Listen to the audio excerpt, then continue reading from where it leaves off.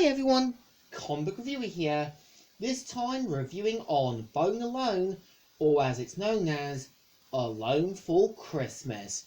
Now, as you know, Bone Alone is a 2013 comedy film that was meant to be an independent film from the sort of low-budget direct-to-video company, The Asylum, who did pretty much every film that was a mockbuster known to man.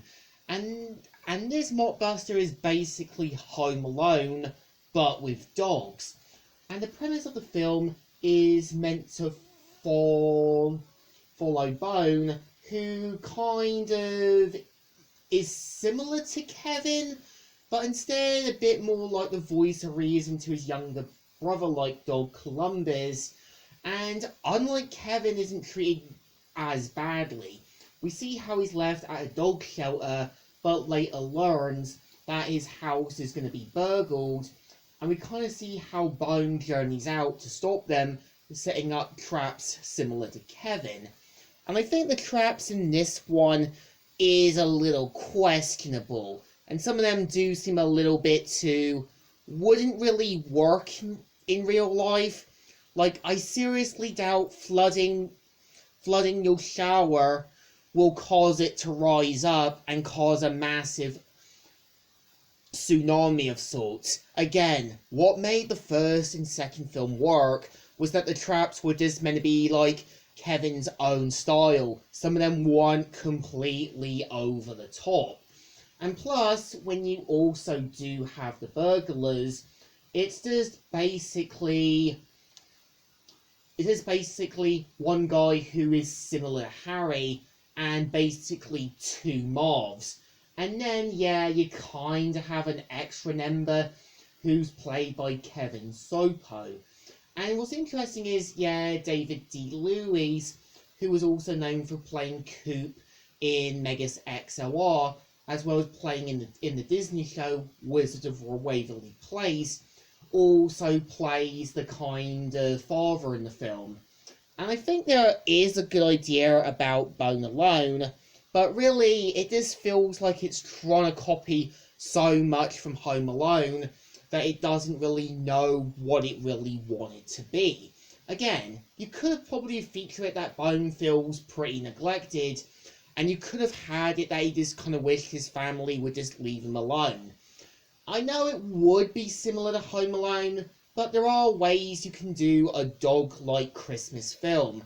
Again, Santa Buddies as well as the Santa Paws film made sense. It was at least changing the story around. It knew what it was meant to give you. And I think the burglars in the film just don't really hold a candle to Harry, Marv, and all the others.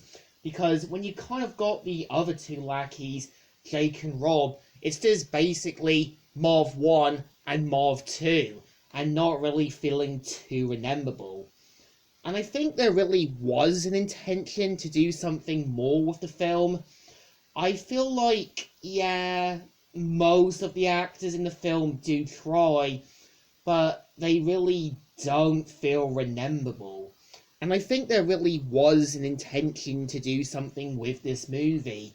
I just think it was copying and pasting itself from Home Alone, and I feel like setting up the traps too quickly kind of ruins what the message was going to be. Because, one, we saw how at times Kevin always took his family for granted, but always pulled back and realised his mistakes. The point of Kevin was that, yeah, Kevin could be a little bit of a jerk sometimes, but you could tell deep down his heart was always going to be in the right place. I think, well, yeah, Bone Alone was made with some intentions, but it was just clear that it wasn't going to be the film that I think people wanted. The problem is, I just think doing a Home Alone version with dogs just doesn't work. And really, this is what happens when you don't take careful steps. So I think this film definitely deserves a thumbs down. While there is good ideas, it just feels like it's just a poor imitation of what can happen if you don't do a Home Alone based movie done carefully. So, Comic Reviewer here, signing out.